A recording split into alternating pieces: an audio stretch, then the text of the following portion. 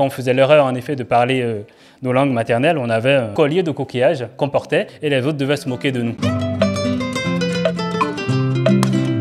Nombre de fois, il m'a fallu porter le collier de la honte à l'école primaire. La seule raison était que j'avais fait l'erreur de parler fon en classe. Et pourtant, le fon est la langue couramment parlée au Bénin. Quelle honte y avait-il à m'exprimer dans la langue qui faisait de moi ce que je suis?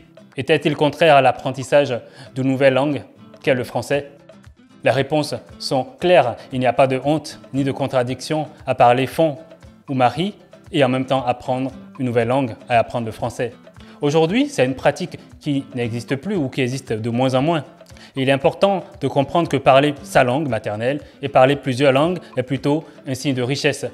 Et tant de chemins ont été parcourus jusque-là, il y a de plus en plus une prise de conscience au niveau de l'importance des langues maternelles et de l'importance de parler plusieurs langues.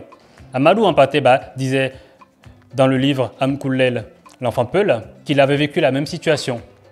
Je le cite, « Il nous était d'ailleurs strictement interdit de parler nos langues maternelles à l'école.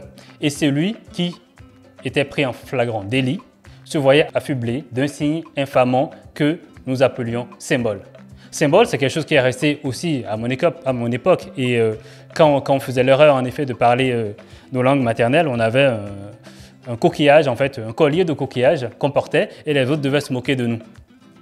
Avec le regard d'adulte que j'ai aujourd'hui, en fait, c'est quand même quelque chose d'assez humiliant en fait, qui se passe.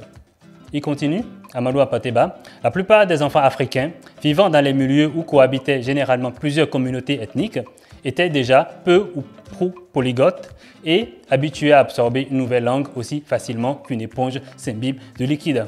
Parler plusieurs langues, ce n'est pas un frein, c'est facile. Il y a des parents qui se disent « je ne vais pas parler ma langue, je ne vais pas parler Yoruba à mon enfant, je ne vais pas parler Wolof à mon enfant parce que ça risque d'être un frein pour lui dans son développement. » Mais au contraire, c'est un plus. Et il disait, ce qui est d'ailleurs encore valable aujourd'hui, le fait que ce soit un plus de parler plusieurs langues, il disait « bien d'autres adultes réputés illettrés selon la conception occidentale parlaient 4 ou 5 langues, en tout cas rarement moins de 2 ou 3. » La preuve que nos parents, nos anciens, ils étaient habitués à parler plusieurs langues et ça n'a jamais été un frein pour eux.